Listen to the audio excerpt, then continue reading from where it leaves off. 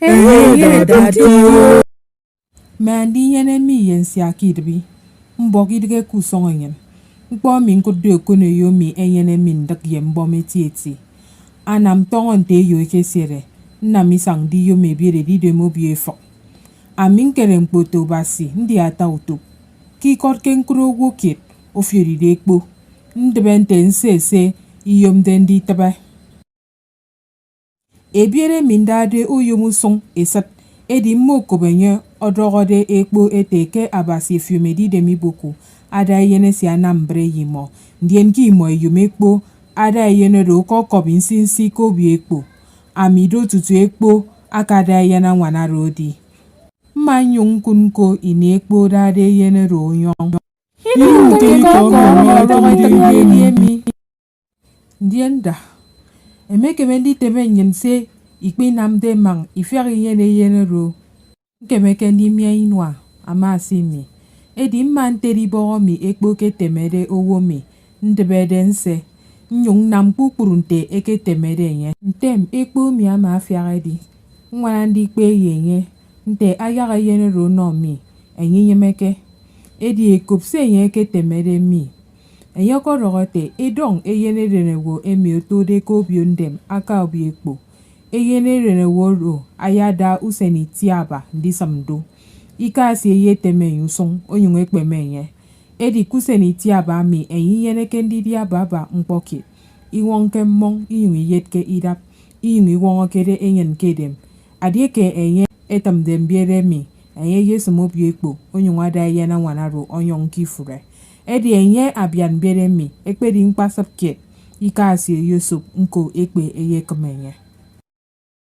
orugu namake etiere ntem tifene yop esanga didi ebak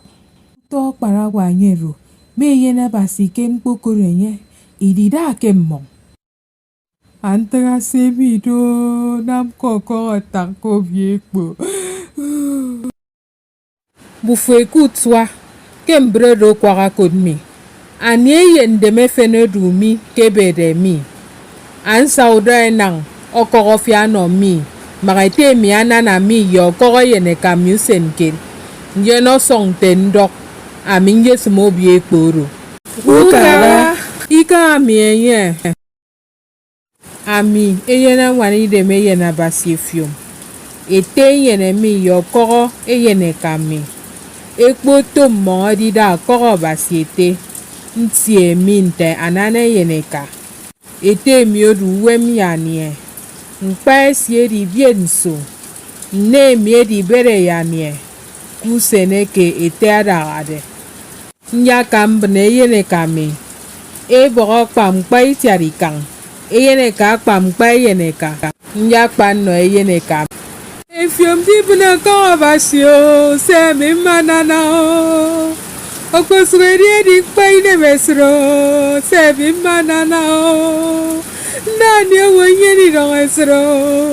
se mi manana o aswa yo metenda nandito sa mi manana o ya Efiom tie binte yenu kureka se mi manana o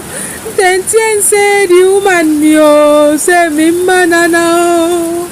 Okoho kwe Efiom yung kwe nduenso se mi manana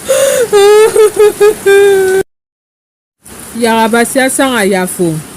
yaga ete mi Efiom basi ekpe me fi tutu afo nyong edi bufwe kwa ikwo enyung enewu nege no mie ma ukpong edi men mi baba mkpo keri duwe esong esat eti esongo nkandio se edi kado njo me eyeneka mi sanga eyeneka mi ebonga kampo kunam mi njo me eyeneka mi sanga eyeneka